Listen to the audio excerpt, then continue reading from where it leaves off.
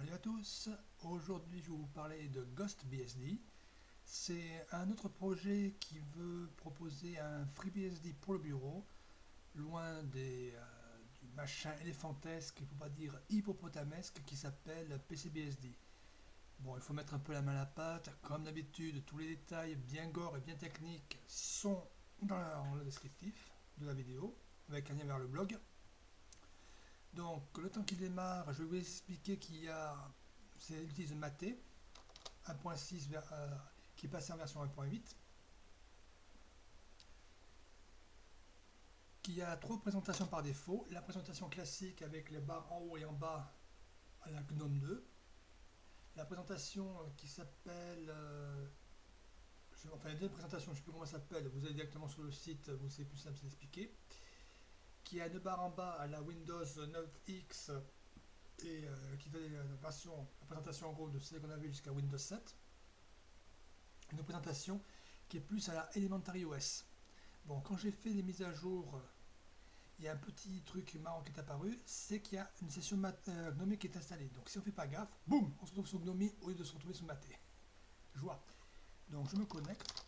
Vous remarquerez que l'ensemble est un peu enfranglé par moment. C'est un des points faibles de l'environnement. Donc là, ça n'a pas tarder à gueuler. Là, je coupe le son le temps que ça se charge. Voilà, donc là, on se retrouve avec un Mate 1.8.1, tout ce qu'il y a de plus classique, qui mange énormément de mémoire, comme vous le prouve le moniteur système. Donc il y a 5 Go de disque qui est utilisé. Je crois que de mémoire, si je dis pas de bêtises, il faut compter bien 8 à 10 Go pour PCBSD. Côté mémoire vive, pardon. Donc là, il y a 2 Go de mémoire vive et il a mangé à peine à 5%, soit moins de 100 mégas.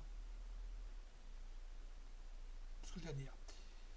Donc bon, à l'origine, GhostBSD a été prévu pour Mate 1.6, donc il y a quelques angles à arrondir avec Mate 1.8. Je n'ai pas réussi par exemple à avoir la météo dans le menu déroulant de la date, donc j'ai rajouté le widget météo. Bon, j'ai pris la ville la plus proche. Voilà. Que dire de plus? Ah oui, il y a quand même la Logitech qui est quand même intéressante. Il y a pas mal de petits outils. Bon, il y a XFBurn. Il y a XFBurn pour tous. Mais c'est bien arrivé, oui. Il y a XFBurn pour tout ce qui est gravure. Pour la bureautique, c'est LibreOffice Writer, la version 4.2.5, la preuve à l'instant. Comme il y a pas mal de logiciels assez récents. On a aussi Mozilla Firefox, Mozilla Thunderbird. Les deux, je les ai francisés, je vous expliquerai rapidement comment j'ai fait. Donc, un LibreOffice, tout ce qu'il y a de plus générique. Même s'il y a un très léger retard, c'est quand même une version qui est très utilisable. D'ailleurs, si on veut faire de la bureautique, vous avez aussi tout ce qui est gestionnaire d'impression, donc CUPS. Il y a un petit bug de traduction, ça c'est la traduction, c'est le point faible de GhostBSD. Au lieu de dire gestionnaire, il y a gérant. Bon, ça fait un peu bizarre, mais ça passe encore. Donc, bon, j'ai rajouté VLC, quand même parce que pour montrer qu'il y a pas mal de petits logiciels. Il y a GNOME Player, il y a Exile pour l'audio. Qu'est-ce qu'il y a d'autre que je pourrais vous montrer? Bon, je vais... le problème, c'est qu'il faut passer par ligne de commande pour installer le logiciel. Donc ça peut être un peu ennuyeux. Donc je vais installer GIMP avec un sudo pkg install GIMP. Par contre là, il y a pas mal de paquets. Bon, ça c'est par rapport, les paquets dits locked, c'est par rapport au bug de Xorg qui fait planter l'ensemble. Donc là, pendant le temps qu'il récupère tout ça, ce qui est quand même un peu long je pense parce qu'il y a quand même 519 mégas récupérés. Donc vu que le serveur est très rapide en face, ça va prendre un peu de temps. Voyons, qu'est-ce qu'il y a d'autre? Bon, je vais vous montrer en gros les logiciels qui sont disponibles. Donc, il y a certains outils GNOME comme la table de caractères, Shotwell pour les photos qui est quand même assez sympa, et Cheese si on a une webcam. Bon, Cara qui nous accueille. Le problème, c'est quand j'ai francisé, il y a aussi des petits problèmes de logiciels qui font des core dump, c'est ce qui arrive. Ça, c'est souvent la transition, donc c'est quand même pas super mortel. Bon, c'est aussi la première version de GhostBSD 4, donc il faudra peut-être vous limiter dans un premier temps au test en machine virtuelle, si vous déjà voulez tester ensemble. Donc vous voyez quand même que l'ensemble est bien francisé, même si je me suis facilité le transit pour le franciser. Donc là, il installe tout ça. Pendant ce temps-là, on a la paix. Qu'est-ce qu'il y a d'autre que je peux vous parler? Bon, ben, je vais vous montrer différents logiciels pendant ce temps-là. Donc c'est quand même un logiciel assez récent. C'est pas la dernière version, c'en est proche. Il y a Exile qui est en version 3.2, je crois me souvenir, donc c'est pas super ultra vieux. Donc il y a pour gérer l'impression avec Cups, il y a tout ce qui est bon. Je vais rajouter VLC, il manque l'icône, je sais pas pourquoi. Peut-être un bug d'empaquetage sous FreeBSD. Non, c'est quand même une version 2.1.5, c'est quand même très récent. Bon, je vous ai montré déjà LibreOffice. On a Mozilla Firefox qui est en version 31.1. C'est la version dite ESR pour Extended Service Release. Donc tant qu'il démarre, c'est peut-être aussi lié à la machine virtuelle ça. Voilà. Donc Mozilla Firefox, la version 31.1. Non, 32.03. Autant pour moi, je pensais que non, c'est la version de Thunderbird qui est en Extended ESR Extended Support Release. Voilà, support, enfin publication à support long. Voilà. Donc côté audio et vidéo, il y a du progrès. Bon, on va voir ça que comme greffon installé, mais je pense qu'il n'y a pas grand chose. Plugins. Il n'y a aucun greffon, déjà au moins. Et par contre, comme ça utilise. Bon, mauvais choix. Comme ça utilise tout ce qui est.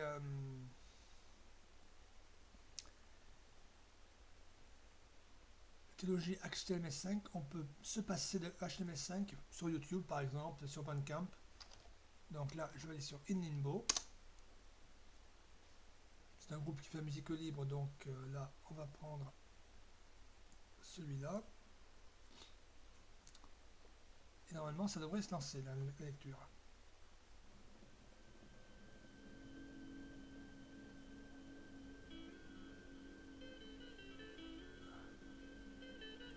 Bon, je crois que là, la preuve est faite. On va aller sur YouTube maintenant. Voilà. J'ai quand même tout préparé à l'avance, histoire de gagner un peu de temps. Salut à tous, pour commencer ce mois d'octobre 2014, je vais vous parler de la blague. Bon, apparemment le son est un peu accéléré sous avec FreeBSD et l'ensemble, mais au moins l'affichage est complet. Voilà. Bon, le son ça va être un peu en train de prendre le TGV, mais au moins déjà c'est agréable quand même d'avoir la vidéo qui est affichée. Bon, bien sûr, on ne peut pas tout faire, mais déjà si on peut se passer de l'installation de Flash qui nécessite l'installation de la couche de compatibilité Linux, c'est toujours mieux, ça évite de surcharger la machine pour rien.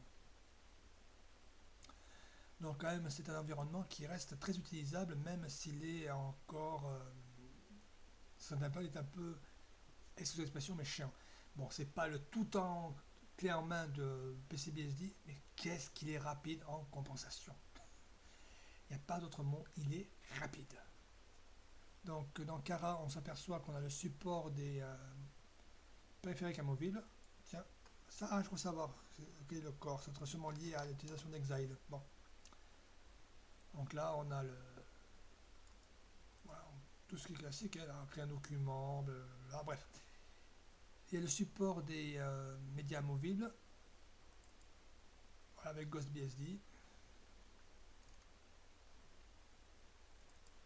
Voilà, donc l'image d'installation de GhostBSD. On va aller sur le site officiel de l'OS. Ce n'est pas une distribution, c'est un OS à part entière. Donc là. Ah bon, je voulais vous montrer comment je suis passé à la version française dans Mozilla Firefox. C'est à peu près le même principe dans Thunderbird. Il y a deux étapes. La première, c'est d'aller dans les modules passer dans les langues et d'activer la langue qu'on veut utiliser. Bon, il manque assez le français. Après, d'aller dans About Config et chercher general.useragent. Voilà. Local, il faut le modifier pour avoir fr-fr majuscule. Pour Thunderbird, l'accès au About Config est un peu plus complexe. Là, je vous le montre.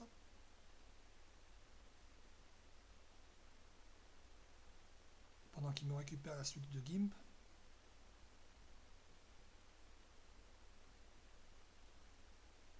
Voilà.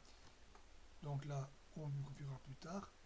Là, il faut aller ici, il faut aller dans Préférences, Préférences, dans Avancé, Éditeur de configuration, et comme pour notre ami Firefox, il faut taper General User Agent, modifier la locale, celle-là, et redémarrer pour avoir accès à la VF de Thunderbird. Donc je vais créer un compte de courrier électronique.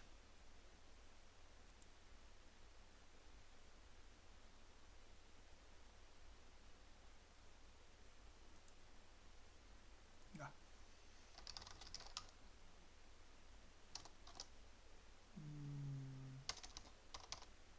Que je peux utiliser. Voyons que je ne dise pas de bêtises. Non, mais je vais utiliser celui-là, oui.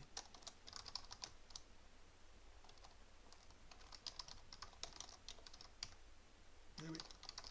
J'ai un compte La Poste, comme nom de personne. Voilà, on map, blablabla. Voilà, donc on va faire relever. Mais bon, il n'y a pas grand chose. Donc là, je vais aussi activer, tant que j'y suis, je vois les modules, ce qu'il y a comme module complémentaire. J'en profite un peu. Ça, je vous prouve que quand même c'est utilisable. Donc on va activer Lighting.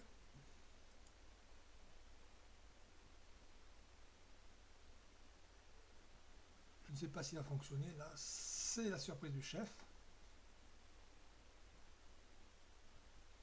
Voilà. Bon, après, il faut avoir bien sûr se créer son propre calendrier. Donc là, on fait un nouveau calendrier. Bon, il n'est pas entièrement français lui. Hein. Mais là, ça dépend de votre agenda. Ça, je ne montrerai pas le mien par simple respect de ma vie privée. Voilà, donc là, vous voyez quand même qu'on peut facilement créer son compte courrier. Que ce soit avec, avec une distribution Linux ou un BSD libre. Donc il y a aussi pas mal de petits trucs qui sont intéressants. Vous voyez quand même, l'ensemble, on a quand même pas mal d'outils. Bon, il n'y a pas tous les répertoires parce que ça c'est un bug de, de la traduction. Bon, bien sûr, il y a tout l'ensemble, tout le classique, le centre de contrôle. Que demander de plus? Il manquerait plus qu'on pise pour avoir quelque chose de Whooply, super, les fenêtres qui sont mouvantes, oui. Donc, on va voir ce qu'il y a comme thème disponible. Alors, les thèmes, apparence.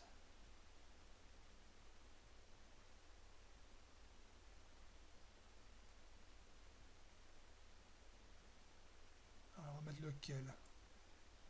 On va mettre le BSM Sim de Dark, tiens. Voilà. On a une apparence qui est un peu plus, qui ressemble un peu plus à celle de GhostBSD par défaut. D'ailleurs, c'est quoi, c'est celle-là? Parce que la présentation de GhostBSD par défaut, c'est celle-ci. Je vais vous montrer. Donc, j'ai retrouvé le bon thème. Ça, c'est où moi je suis content. Non, mais je vous trouve le bon thème. Ouais, superbe. C'est le thème par défaut. Donc, je vais vous le montrer sur le site internet de GhostBSD. J'avais oublié de le remettre par rapport au passage à Mat 1.8. Au moins, ça c'est fait. Bon, mais sur les icônes find ça, faut aimer. Donc là, on va sur ghostbsd.org.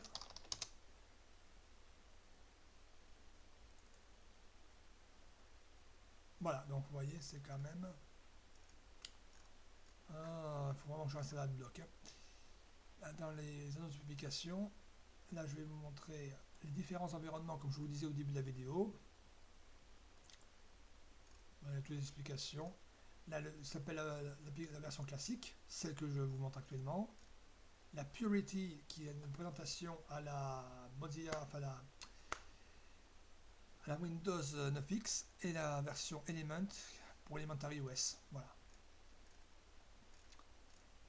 Donc c'est vrai quand même que pour une première version stable, même si j'ai aidé à rapporter quelques bugs, la preuve,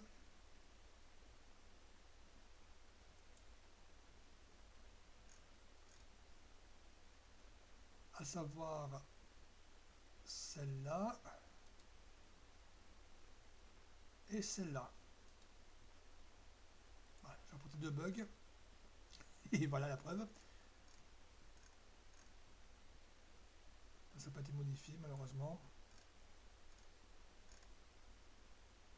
Et ça non plus ça n'a pas été modifié, mais ça c'est quand même des bugs qui sont un peu moins importants que ceux qui existent. Bon, il y a 6 bugs ouverts actuellement, mais 5 ou 6 bugs. Voilà, je vais aussi rapporter ici, j'ai quand même un peu participé, malgré que je ne sois pas super intelligent en matière de programmation, j'ai quand même apporté ma petite pierre à l'édifice avec une capture d'écran, la preuve, voilà.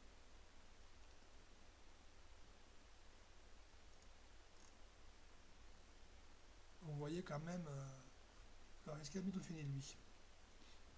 C'est vrai que c'est quand même un OS très utilisable. J'espère qu'il a bientôt fini parce que ça commence à être un peu long. Oh, il n'y a plus que 1, 2, 3, 4, 5. Il y a quand même 500 mégas récupérés, donc c'est un peu long. Normalement, si tout se passe bien, on va avoir GIMP qui sera lançable.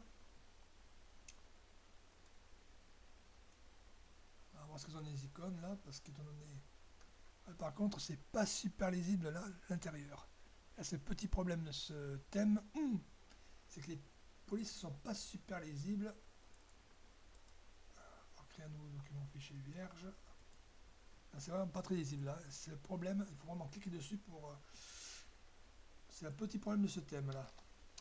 Bon, on peut pas tout avoir non plus. Hein. C'est vrai sinon que c'est un environnement. Moi j'avoue que j'étais agréablement surpris par rapport au PCB-SD qui est pose là avec ces PBI qui pèsent qui sont énormes, presque aussi lourds que GIMP tout seul. C'est vrai que j'avais été un peu déçu par la version 3.5 de GodsBSD, mais en l'espace de presque un an, la version 4.0 a bien remis le. La version 4.0 qui se base, comme je vous le disais, sur la version 10.0. Enfin, c'est la version patch 9, patch release 9, donc il y a quand même pas mal de petits bugs qui ont été corrigés. Je ne sais pas si Bash a été modifié. Normalement, si. Ouais, c'est quand même une version assez récente de Bash, même si elle a été encore mise à jour entre temps. Mais comme Bash n'est pas utilisé par défaut et que c'est fiche qui est utilisée, ça permet quand même de limiter un peu la casse. Alors j'ai bien aimé la page de fiche, parce que je vous la montre aussi tant que j'y suis. C'est pour le fiche shell, c'est je sais plus si c'est un acronyme, bref. Je ne me rappelle plus la spécification précise. Donc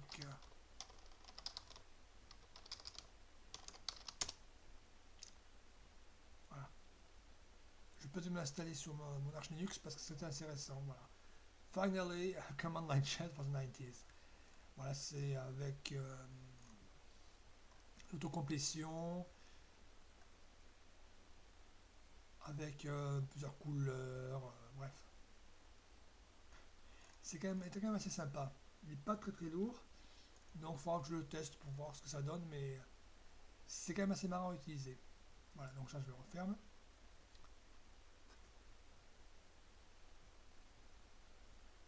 Donc j'espère que c'est bientôt fini parce que c'est un peu long maintenant.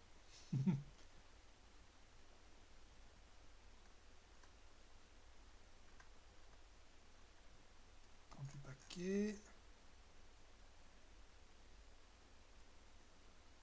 On va pas tourner 38 paquets maintenant. On peut s'espérer. Bon, c'est vrai que là, ça c'est un des défauts de enfin, défaut de qualité, c'est que ça installe tout, toute traduction. Mais ça prend un peu de place. Mais au moins, comme ça.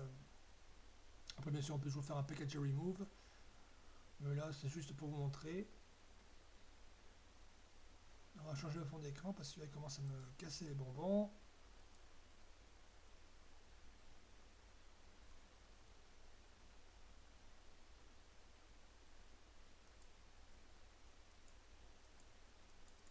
Ah, il y a un petit bug dans l'apparence. Ah, il y a un petit bug dans l'apparence. Donc, on va voir ça.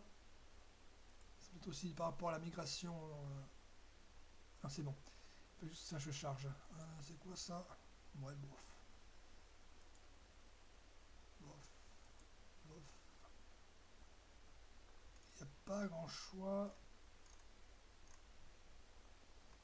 Ah, quoique, il y a des trucs potentiellement intéressants. Je pourrais faire mon shopping après. Quoique ça n'est pas mal cette photo, tiens. Blue Morning. Tiens, j'essaie de la voir. Ah oui, c'est pas mal en effet. Bon, bien sûr, il y a les bureaux virtuels, la grande nouveauté de notre ami Windows 10. Mais je pense que là, le drag and drop. Ah non, enfin, bon, voilà, on peut dépasser.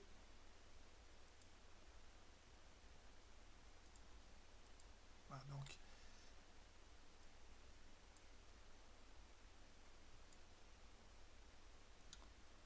Donc voilà, il y a les GIMP en train d'être installés. Donc j'espère que ça va passer du premier coup. Voilà, donc en gros, ce qu'on peut dire de GhostBSD, c'est quand même qu'il est pas mal, quoi. Même si dans un premier temps, je vous conseille plutôt de faire mumuse dans une machine virtuelle le temps que les bugs de jeunesse soient corrigés. En tout cas, c'est un OS qui est quand même assez intéressant. Il n'est pas encore aussi utilisable qu'une distribution Linux sur le bureau, mais il commence à se défendre quand même pas mal. Voilà, donc on va fermer ça. Je vais voir si... Alors, maintenant, peut-être en passant par le menu principal, on va pouvoir peut-être forcer la main au menu logiciel.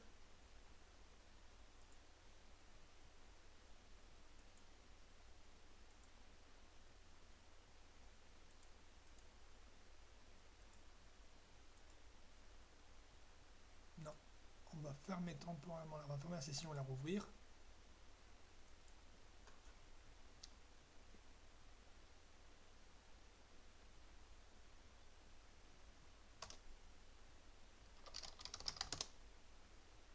Et normalement, cette fois-ci, GIMP doit être...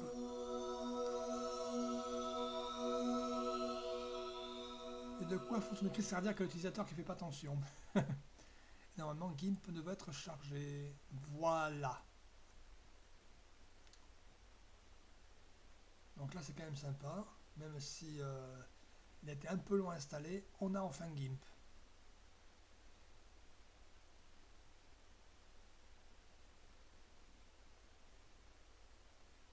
Et il est en français, donc tout va pour le mieux dans le meilleur des mondes. Voilà. Donc on va passer en fenêtre unique. Voilà, l'affichage de la Photoshop. Voilà en gros tout ce que je voulais vous montrer de GhostBSD. J'aurais dû mettre le thème par défaut dès le départ, mais ça je ne pouvais pas m'en douter qu'il était aussi facile à retrouver. Donc j'espère que cette vidéo vous a plu et puis que ça vous intriguera et vous forcera à jeter un œil à GhostBSD, même si ce n'est que pour une machine virtuelle. Allez, à plus!